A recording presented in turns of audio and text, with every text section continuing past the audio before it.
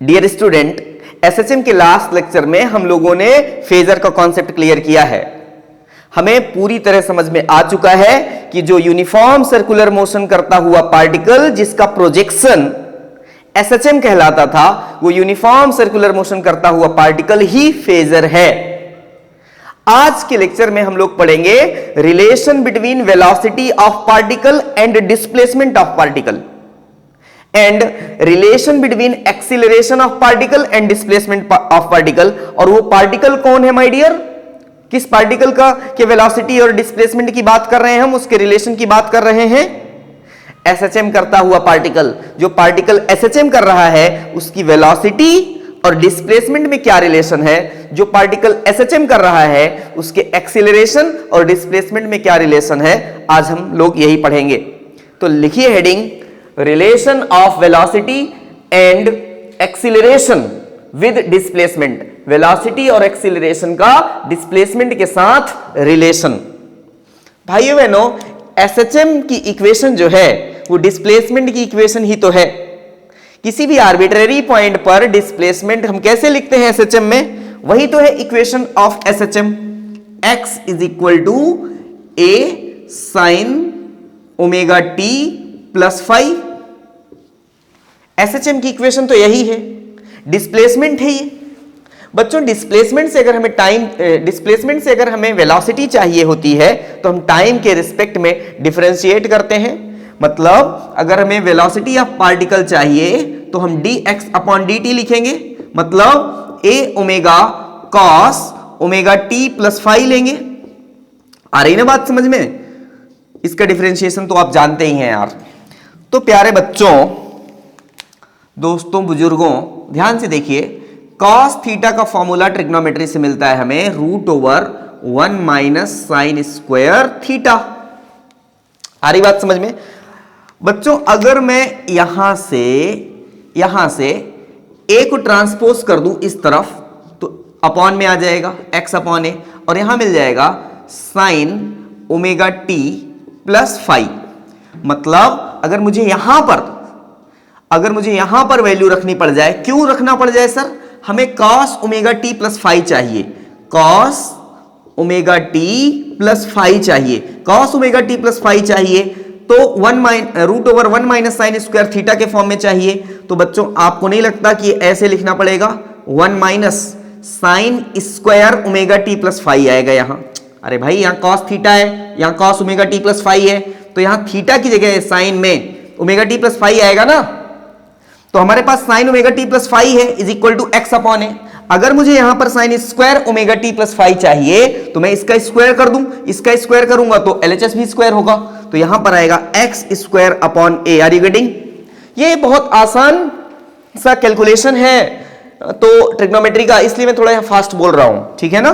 तो cos omega t plus phi की जगह हम इतना रख सकते हैं, तो आइए यहां रख देते हैं वैल्यू।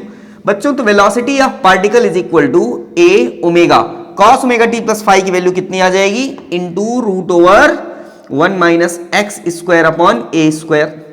इसको फर्दर अगर सॉल्व करें तो a omega into √a square minus x square upon a square. अब जब ये a स्क्वायर इससे रूट से बाहर आएगा तो a बनेगा और इससे कैंसिल हो जाएगा, तो बचेगा क्या? Omega into a square minus x square. तो ये रिलेशन मिल गया हमें velocity of particle and displacement. बच्चों, ओमेगा तो कांस्टेंट होगा, एम्पलीट्यूड तो निश्चित होगा, किसी भी एसएचएम का एक निश्चित एम्पलीट्यूड होता है, तो चेंज क्या होगा? x। जैसे जैसे डिस्प्लेसमेंट चेंज होगा वैसे वैसे वेलोसिटी होगी चेंज पार्टिकल की, एसएचएम करते हुए पार्टिकल की। Are you getting? अब एक बच्चा पूछता है कि सर, मैक्सिमम वेलोसिटी पार्टिकल की कहां पर होगी और मिनिमम वेलोसिटी कहां पर होगी? तो आप तो पहले एसएचएम के कॉन्सेप्ट से ही जानते हैं कि मिड पॉइंट पर वेलोसिटी मैक्सिमम होगी और एक्सट्रीम पॉइंट पर वेलोसिटी मिनिमम होगी। Are you getting? तो प्यारे भाई और बहनों, फॉर मैक्सिमम वेलोसिटी जो होगी, जो वीपी पार्टिकल का मैक्सिमम होगा, वो कहां पर होगा? At x is equal to 0। x की वैल्यू जहां पर 0 है वहां पर वेलोसिटी मैक्सिमम है। तो मैक्सिमम वेलोसिटी है कितनी? ओमेगा और x की वैल्यू 0 रखेंगे तो ये रूट ओवर ए स्क्वायर जो है वो a हो जाएगा। तो ओमेगा इंटू ए पार्टिकल की वेलोसिटी मिल गई हमें, और ये मैक्सिमम वेलोसिटी है। और मिनिमम वेलोसिटी कितनी होगी? मिनिमम वेलोसिटी 0 होगी। कहां पर?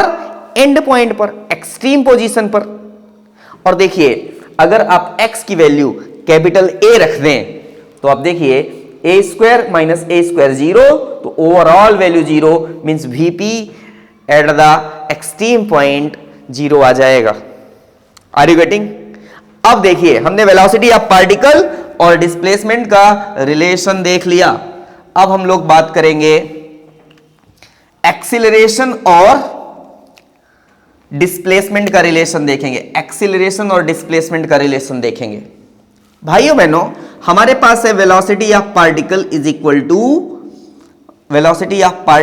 इक्वल टू है a omega cos omega t plus phi. ये देखिए ये इक्वेशन है हमारे पास। अगर मुझे एक्सीलरेशन ऑफ पार्टिकल चाहिए तो मैं क्या करूंगा? डिफरेंशिएट करूंगा वेलोसिटी ऑफ पार्टिकल को, तो ये मिलेगा हमें माइनस कॉस का डिफरेंशिएशन माइनस साइन होगा और ये ओमेगा आगे आएगा, तो a ओमेगा स्क्वायर कॉस का हो जाएगा sine omega t plus phi. तो acceleration of particle is equal to, बच्चों ओमेगा स्क्वायर को अगर मैं आगे लिख दूं, ध्यान से देखिए, माइनस ओमेगा स्क्वायर, a को इधर लिख दूं a sine omega t plus phi, तो acceleration of particle is equal to minus omega square.